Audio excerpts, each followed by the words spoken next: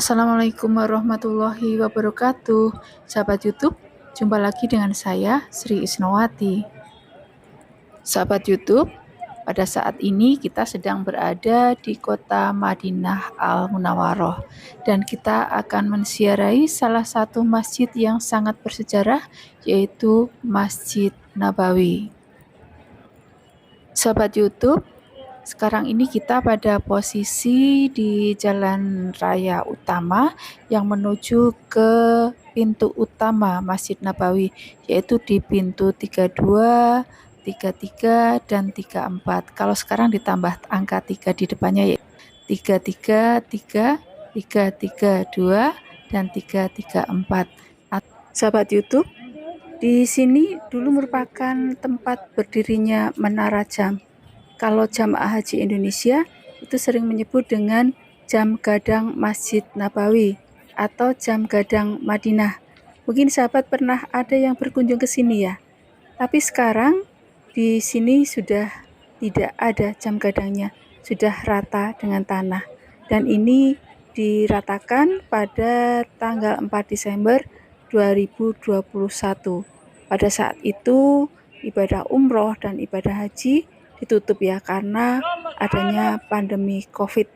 Nah, sekarang bagi sahabat YouTube, jika berkunjung di sini, ini sudah rata dengan tanah, kemudian ditutup dengan keramik, digunakan untuk tempat perluasan sholat.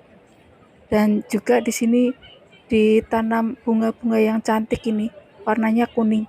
Sahabat, setelah ibadah haji dan umroh dibuka kembali pada tahun 2022, jamaah haji dan umroh yang masuk ke tanah suci mulai banyak dan kian hari kian membludak. Jumlah jamaah umroh saat ini semakin hari semakin bertambah. Membludaknya jamaah umroh merupakan implikasi dari kebijakan visi Saudi tahun 2030 yang telah membuka pintu umroh yang seluas-luasnya. Sahabat, sekarang kita sedang berada di pelataran Masjid Nabawi. Masjid Nabawi merupakan masjid kedua yang dibangun oleh Rasulullah Nabi Muhammad Shallallahu Alaihi Wasallam. Seperti kita tahu, masjid pertama yang dibangun oleh Rasulullah adalah Masjid Quba. Masjid Nabawi ini merupakan masjid kedua terbesar setelah Masjidil Haram, dan Masjid Nabawi ini merupakan masjid suci setelah Masjidil Haram. Sahabat YouTube, dalam perjalanan hijrah dari Mekah ke Madinah, Rasulullah Muhammad Shallallahu Alaihi Wasallam ini mendirikan masjid ya. Masjid yang pertama Masjid Quba dan yang kedua adalah Masjid Nabawi seperti yang sudah kita bahas tadi di depan. Dan di Masjid Nabawi inilah kemudian Rasulullah bertempat tinggal sampai beliau wafat. Dan di masjid ini pula Rasulullah berdakwah, kemudian menerima wahyu, bahkan sampai beliau wafat ya.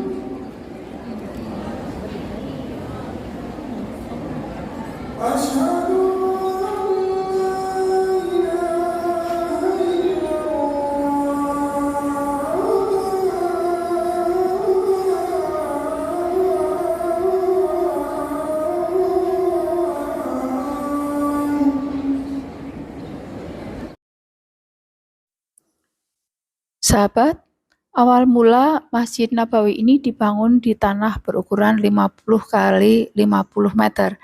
Kemudian setelah dilakukan pemugaran beberapa kali, masjid ini menjadi megah, agung, dan indah seperti sekarang ini. Kita lihat di sini sungguh nampak indah sekali arsitektur yang ada di dalam Masjid Nabawi.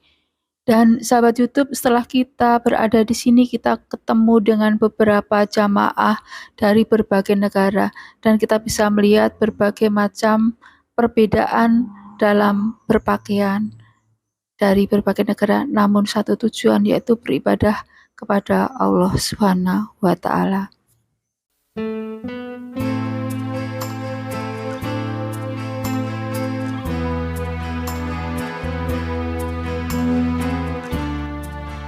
Ketika kita beribadah di Masjid Nabawi, di sini disediakan air Zam-Zam. Nah, di sini kita bisa memilih antara yang dingin dan yang tidak dingin. Nah, sahabat YouTube, saya sarankan kalau sedang minum air Zam-Zam, pilihlah yang tidak dingin karena biasanya untuk mencegah batuk ya. Sahabat YouTube, Masjid Nabawi ini punya beberapa keutamaan. Yang pertama adalah jika kita sholat di Masjid Nabawi, maka akan mendapatkan pahala 1000 kali lipat dibandingkan beribadah di masjid yang lain.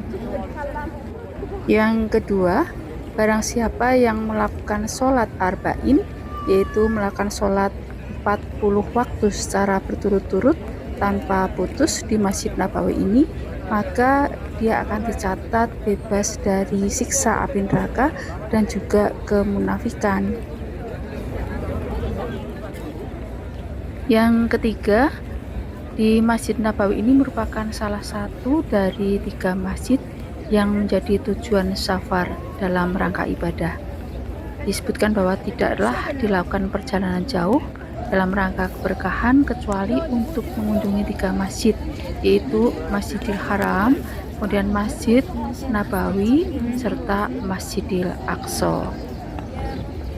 Sahabat YouTube, untuk kebaikan yang keempat, yaitu terdapat sebagian taman surga yang ada di Masjid Nabawi yang disebut dengan Raudhah, dan ini terletak di antara rumah Nabi dan mimbar Nabi Muhammad Shallallahu Alaihi Wasallam. Dan Raudhah ini adalah merupakan salah satu tempat yang sangat mustajab untuk berdoa. Yang kelima, belajar maupun mengajar di dalamnya bagikan jihad di jalan Allah Subhanahu wa taala.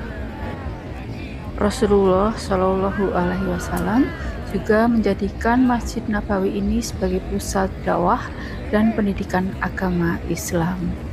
Bahkan tradisi ini masih berlanjut sampai sekarang. Setiap kali berkunjung ke Masjid Nabawi, maka akan kita dapati halaqah atau pengajian yang dipimpin oleh syekh atau guru.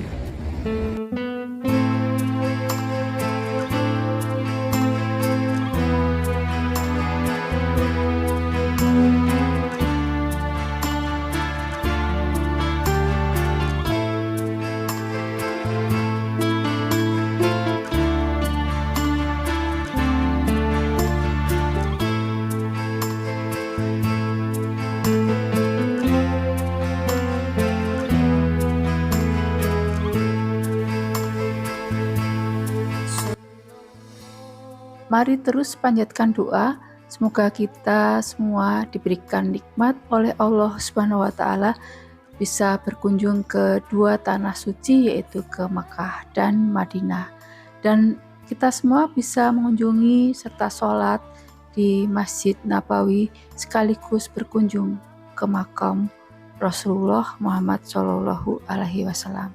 Sahabat, sampai di sini dulu review kita tentang Masjid Nabawi. Akhir kata, wassalamualaikum warahmatullahi wabarakatuh.